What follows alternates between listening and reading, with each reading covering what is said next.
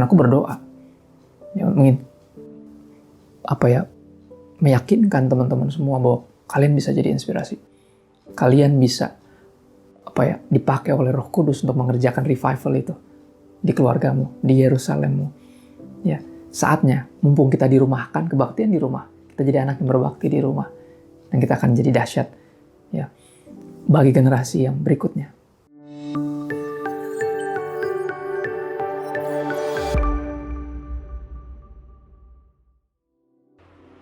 Selalu membangkitkan semangat ketika belajar gitu, mendengarkan kesaksian apa yang Tuhan kerjakan 40 tahun yang lalu. Ya, sebuah revival yang hebat yang menghasilkan hamba-hamba Tuhan yang hebat yang jadi panutan ya bagi kami generasi muda.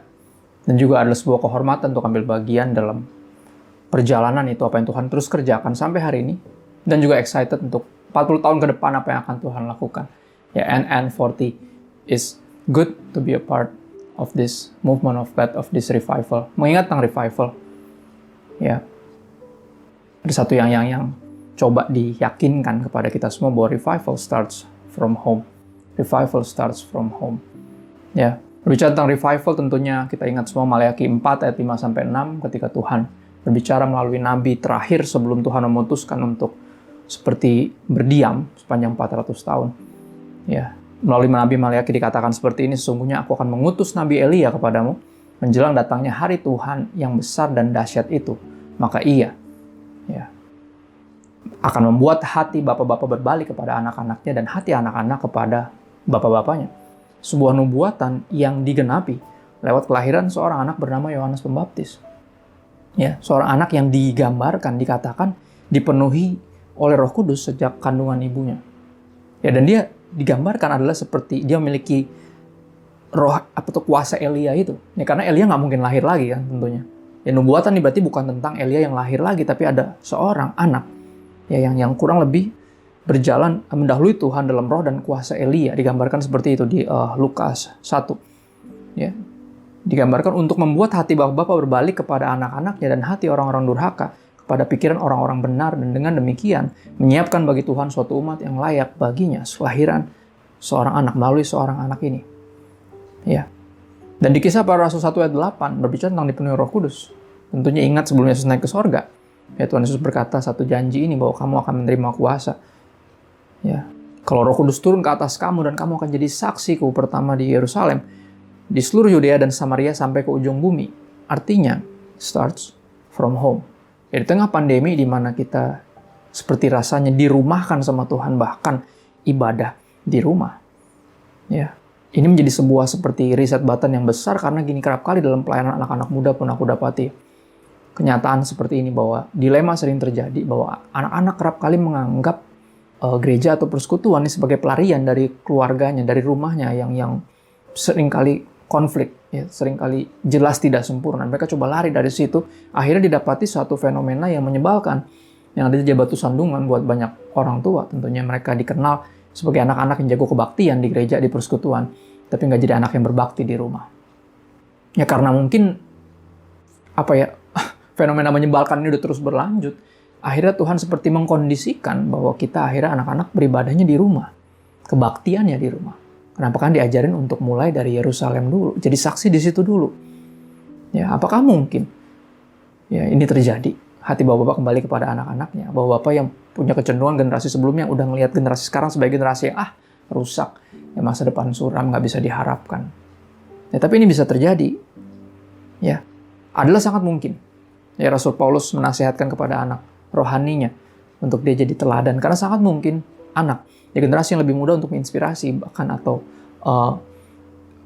membangkitkan lagi semangat generasi bahkan sebelumnya di atasnya. Ya, anak bisa menginspirasi orang tuanya juga bisa.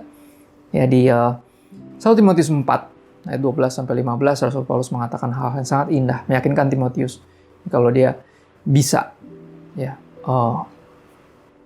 berjadi dampak, ya, bisa mengerjakan sesuatu yang dahsyat. Dia bilang gini, jangan seorang pun engkau rendah karena engkau muda. Ya. Karena gini, umumnya itu yang terjadi, stigmanya adalah yang muda yang nggak dipercaya, yang muda punya kecenderungan direndahin, kan tahu apa kamu, ya bisa apa sih gitu ya. Tapi Rasul Paulus bilang gini, kalau nggak mau direndahin, sederhana. Dia bilang sama Timotius yang masih muda, dia bilang jadilah teladan. Bagi orang-orang percaya, berarti bagi inner circle dulu, bagi Yerusalem dulu, keluarga dulu, di rumah dulu. Yang gak usah jauh-jauh dulu, yang keluar lain. Di rumah aja dulu. Ya jadilah teladan bagi orang-orang percaya. Dalam perkataanmu, tingkah lakumu, kasihmu, kesetiaanmu, dan dalam kesucianmu. Ya. Sementara itu sampai aku datang, bertekunlah dalam membaca kitab-kitab suci dan dalam membangun dan dalam mengajar. Jangan lalai mempergunakan karunia yang ada padamu yang telah diberikan kepadamu oleh nubuat dan dengan penumpangan tangan sidang penatua. Jadi konfirmasikan, diyakinkan bahwa kamu punya karunia seperti ini untuk melayani Tuhan. Jangan lalai mempergunakan karunia itu. Perhatikanlah semuanya itu, hiduplah di dalamnya, supaya kemajuanmu nyata kepada semua orang. Kalau mau jago kebaktian di rumah, jadi anak yang berbakti. Ya, pertama kepada orang tua kita, kepada keluarga kita. Dan ini yang memungkinkan revival starts from home. Ya, hati Bapak kembali kepada anak-anak. Di 3 Yohanes 1 ayat 4. 3 Yohanes ayat 4 dikatakan seperti ini. Bagiku tidak ada sukacita yang lebih besar daripada mendengar bahwa anak-anakku hidup dalam kebenaran. Ya, sangat mungkin revival terjadi ketika hati Bapak kembali kepada anak-anak, ya, ketika melihat anak-anaknya hidup dalam kebenaran. Yang mungkin tidak melakukan apa yang orang tuanya lakukan. Not exactly seperti itu. Mungkin dengan cara yang unik, cara yang berbeda, pendekatan yang lain. Tapi selama hidup dalam kebenaran, ya, pasti akan membangkitkan sukacita yang besar di hati para orang tua. Dan aku berdoa, ya, meyakinkan teman-teman semua bahwa kalian bisa jadi inspirasi. Kalian bisa dipakai oleh Roh Kudus untuk mengerjakan revival itu di keluargamu, di Yerusalemmu. Ya, saatnya, mumpung kita dirumahkan, kebaktian di rumah. Kita jadi anak yang berbakti di rumah. Dan kita akan jadi dahsyat, ya, bagi generasi yang berikutnya. Bagi teman-teman kita. Ya, dimulai di rumah, sampai keluar rumah, dan sampai kemana-mana. Ya, kita akan mengerjakan seperti yang Tuhan mau. Roh Kudus akan bawa kita. Ya, mengerjakan revival from home. Dan mudah-mudahan ini sederhana dan bisa meyakinkan kita semua. Ya, sadari Roh Kudus ada di dalammu dan mulailah hidupi apa yang kau percaya. Hidup dalam firman sungguh-sungguh, hidupi kebenaran itu.